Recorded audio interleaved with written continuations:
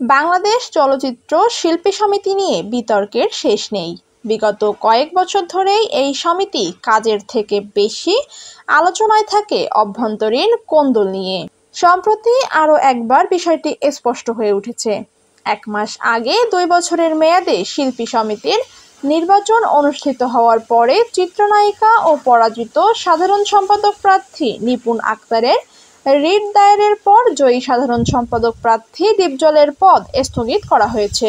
বিষয়টি নিয়ে সময়ের সঙ্গে সঙ্গে জল ঘোলাটে হচ্ছে। শিল্পীরাও একের পর এক মন্তব্য করছেন। কেউ দীপজলের পাশে দাঁড়াচ্ছেন, কেউ বা নিপুণের সমালোচনায় মেতেছেন। এরই মধ্যে শিল্পী সমিতির চলমান ইস্যু নিয়ে মুখ খুলেছেন চিত্রনায়িকা আফিয়া নুসরাত বর্ষা।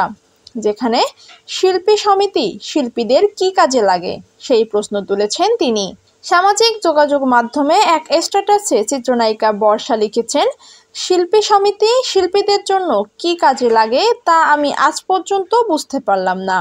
যা জানি তা আর বললাম না। পাবলিকের এখন সিনেমা হলে গিয়ে সিনেমা দেখার দরকার নেই।